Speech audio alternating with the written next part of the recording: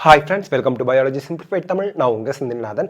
நம்ம ப்ரிப்பரேஷன் பண்ணும் பொழுது ஈஸி, மாடரேட், டிஃபிகல்ட் லெவல், அதாவது டஃப்பாக இருக்கக்கூடிய சாப்டர்ஸ்னு கேட்டகரைஸ் பண்ணிவிட்டு ஒரு சப்ஜெக்டை படித்தோம் அப்படின்னா நமக்கு செல்ஃப் கான்ஃபிடென்ஸ் இம்ப்ரூவ் ஆகும்.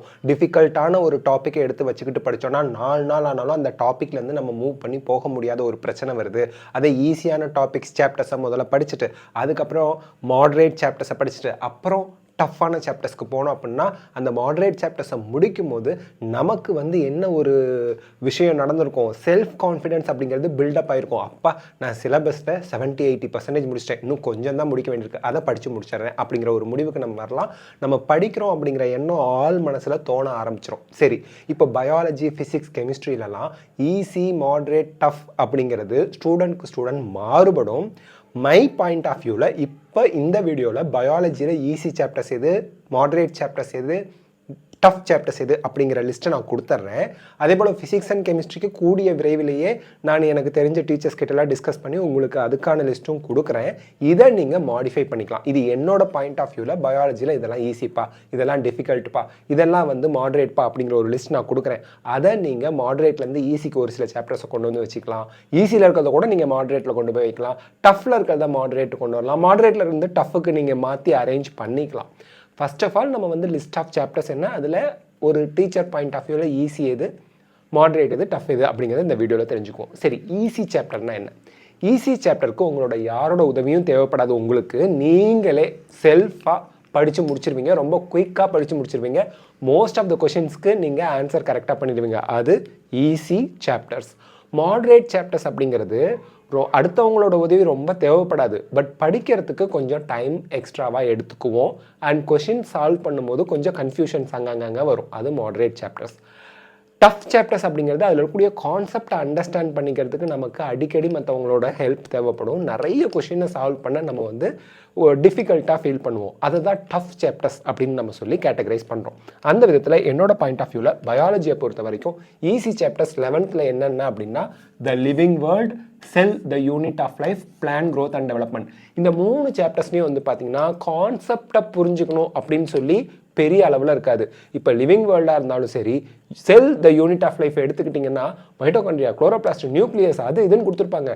வாட் இஸ் வாட், நியூக்ளியஸில் என்ன இருக்குது, மைட்டோகாண்ட்ரியாவில் என்ன இருக்குது, மைட்டோகாண்ட்ரியோட ஃபங்க்ஷன் என்ன, குளோரோபிளாஸ்ட் என்ன, அதோட ஃபங்க்ஷன் என்ன, அதோட ஸ்ட்ரக்சர் என்ன, வாட் இஸ் வாட், என்ன என்ன என்ன என்ன, எல்லாமே நாலேஜ் பேஸ்டு திங்ஸ் தான் இருக்க போகுது. தெரிஞ்சிக்கக்கூடிய விஷயங்கள் தானே ஒழிய புரிஞ்சிக்கிறதுக்குன்னு அங்கே அதிகமாக இருக்காது. அப்படி இருக்கிறது தான் நம்ம ஈஸி சாப்டர்ஸ் அப்படிம்போம். பிளான், க்ரோத் அண்ட் டெவலப்மெண்ட்டும் அந்த மாதிரி தான். ஹார்மோன்ஸ் 5 ஹார்மோனை படித்தாலே அதுலேருந்து 2 கொஷின், ஒரு கொஷின் 2 கொஷின் வந்துடும். மீதி இருக்கிறதுல பெரிய லெவல்லலாம் கான்செப்ட் கிடையாது. ஈஸியாக நீங்கள் அண்டர்ஸ்டாண்ட் பண்ணிக்கலாம். இந்த 3 11th ஈஸி. அதே போல் தான் 12th reproductive health, what is what, அவ்வளோதான்.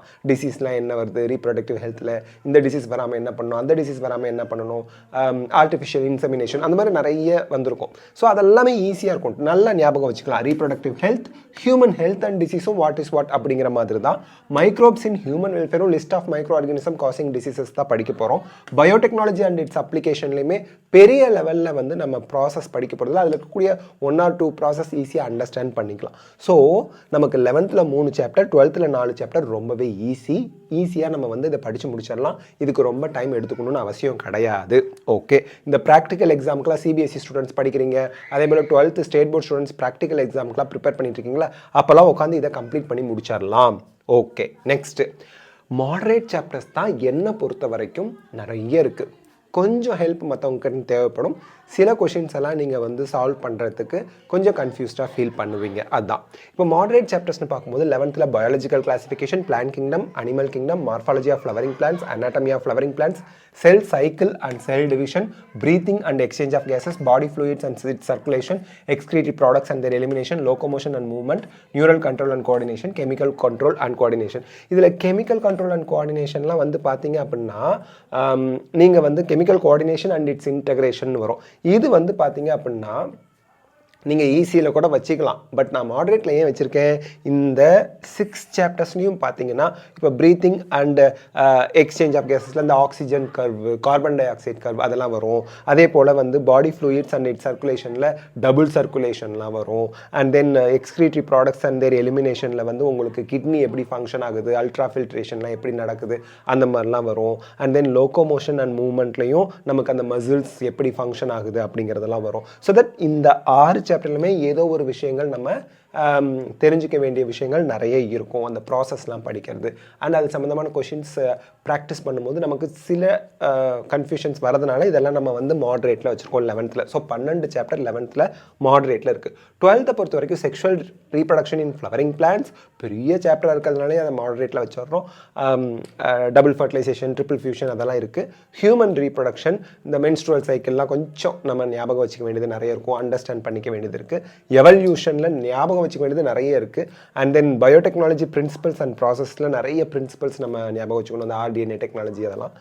Organisms and population, ecosystem, biodiversity and conservation, இந்த 7 சாப்டருமே மாடரேட்டில் நமக்கு 12th ஸ்டாண்டர்டில் வந்துடுது. ஸோ மாடரேட் படிக்கிறதுக்கு உங்களுக்கு ரொம்ப பெரிய உதவி தேவைப்படாது. பட் ஸ்டில் ஒரு தடவை ஒரு சில டாப்பிக்லாம் ஒரு எக்ஸ்ப்ளனேஷன் பார்த்துட்டு படித்தா நல்லாயிருக்குமே, சில கொஷின்ஸ்லாம் சால்வ் பண்ணுறதுல கொஞ்சம் டிஃபிகல்ட் லெவல் இருக்கிறதுனால அதை மாடரேட் அப்படின்னு சொல்கிறோம். நெக்ஸ்ட் டஃப் சாப்டர்ஸோட லிஸ்ட் என்ன? 11th பொறுத்த வரைக்கும் ஸ்ட்ரக்சரல் ஆர்கனைசேஷன் இன் அனிமல்ஸ் டஃப் தான். பயோமாலிக்யூல்ஸ் இது கெமிஸ்ட்ரிலையும் இருக்குது, டஃப் தான். ஃபோட்டோசிந்தசிஸ் இன் ஹையர் பிளான்ஸ் நிறைய சைக்கிள்ஸ்லாம் வருது. ரெஸ்பிரேஷன் இன் பிளான்ஸ் இதுலேயும் சைக்கிள்ஸ்லாம் வருது. இந்த டஃப் சாப்டர்ஸை எப்படி ஹேண்டில் பண்ணுறது? உங்களுக்கு புரியாத டாப்பிக்லாம் கொஷினை சால்வ் பண்ணிவிடுங்க, கண்டிப்பாக மார்க் நீங்கள் எக்ஸாமில் வாங்கிடலாம். இந்த ட்ரிக்கை ஃபாலோ பண்ணிக்கோங்க. இப்போ ஃபோட்டோசிந்தசிஸ்லாம் உங்களுக்கு வந்து கேல்வின் சைக்கிள் புரியலையா, கேல்வின் சைக்கிள் சம்மந்தமாக என்னென்ன கொஷின்ஸ்லாம் இருக்குன்னு கொஷின் பேங்க் எடுத்து வச்சு பாருங்கள். நீங்கள் கண்டிப்பாக நீட் எக்ஸாமில் கரெக்டாக ஆன்சர் பண்ணி மார்க் வாங்கிடுவீங்க. அதே போல் தான் ரெஸ்பிரேஷனில் கிளைகாலிசிஸ், ஸ்க்ரப் சைக்கிள்லாம் புரியலையா, மனப்பாடம் பண்ண முடியலையா, அதுக்கான கொஷின்ஸை எடுத்து வச்சு லிஸ்ட் ஆஃப் கொஷின்ஸை சால்வ் பண்ணி பார்த்தா கண்டிப்பாக நீங்கள் நீட் எக்ஸாமில் மார்க் வாங்கிடலாம். Principles of inheritance and variation, molecular basis of inheritance டஃப்பாக இருக்கும் உங்களுக்கு 12th. காரணம் என்னென்னா அதில் நிறைய உங்களுக்கு வந்து கண்டுபிடிப்புகள், அதுக்கப்புறம் ப்ராசஸஸ், பிரின்சிபல்ஸ் எல்லாம் அதில் இன்க்ளூட் ஆகிருக்கிறதுனால அது உங்களுக்கு வந்து கொஞ்சம் டஃப்பாக ஃபீல் பண்ணுவீங்க. மாலிகுலர் பேசிஸ் ஆஃப் இன்ஹெரிட்டன்ஸும் அதே போல் தான். பட் நீங்கள் வந்து ரிப்பீட்டடாக கொஷின்ஸ் ப்ராக்டிஸ் பண்ணி பார்த்தீங்கன்னா அதுலேருந்து ஈஸியாக ஓவர் கம் பண்ணி நீட் எக்ஸாமில் நீங்கள் மார்க்கு வாங்கிடலாம். ஸோ கன்க்ளூஷன் முடிவாக என்ன சொல்ல வரீங்க? Easy chapters 11th and 12th குமுலேட்டிவாக 7 chapters இருக்குது. இதை படிக்கிறதுக்கு 3-4 டேஸில் நீங்கள் படித்து முடிச்சிடணும். ரிவிஷன் பண்ணுறப்ப நிறைய கொஷின்ஸ் ரிவைஸ் பண்ணி பார்க்கணும். கொஷின்ஸ் வந்து 100 கொஷின் போட்டு பார்த்தீங்கன்னா போட்டு பார்த்த கொஷினே ரீடூ பண்ணுங்கள்.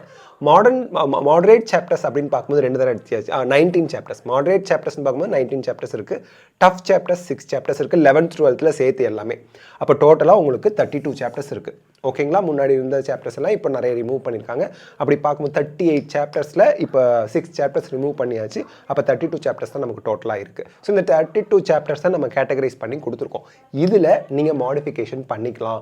மாடரேட் சாப்டர்ஸ் ஒரு சாப்டர் வந்து இப்போ வந்து மாடரேட் சாப்டரில் நம்ம அனிமல் கிங்டம் வச்சுருக்கோம் அப்படின்னா அந்த அனிமல் கிங்டம் உங்களுக்கு டஃப்னு ஃபீல் பண்ணுறீங்க அப்படின்னா அதை நீங்கள் டஃப் சாப்டர்ஸில் வச்சுக்கோங்க. ஸோ இந்த கேட்டகரைஸில் நீங்கள் மாற்றி அரேஞ்ச் பண்ணிக்கலாம். சார் இந்த லிஸ்ட்டை எங்களுக்கு அப்படியே பிடிஎஃபாக கொடுத்தா நாங்கள் வசதியாக இருக்குமே அப்படின்னா நம்ம Telegram channel biology simplified Tamil official Telegram சேனலோட லிங்க் நான் கீழே வச்சுருக்கேன். அதை கிளிக் பண்ணி நீங்கள் இந்த ஃபைலை டவுன்லோட் பண்ணிக்கங்க. பிடிஎஃப் ஃபைல் நான் அப்லோட் பண்ணிடுறேன். So this is the thing. இதே போல் நான் கண்டிப்பாக இந்த வீக்குள்ளே உங்களுக்கு ஃபிசிக்ஸ் அண்ட் கெமிஸ்ட்ரிக்கும் அப்லோட் பண்ணுறேன். ஸோ தட் உங்கள் ப்ரிப்பரேஷனுக்கு அது ரொம்பவே ஹெல்ப்ஃபுல்லாக இருக்கும். அண்ட் இந்த வீடியோ உங்களுக்கு ஹெல்ப்ஃபுல்லாக இருந்தால் லைக், ஷேர், கமெண்ட் பண்ணுங்கள். பயாலஜி சிம்பிளிஃபைட் தமிழ் சேனலுக்கு சப்ஸ்கிரைப் பண்ணுங்கள். Thank you. All the best. Best of luck. God bless you.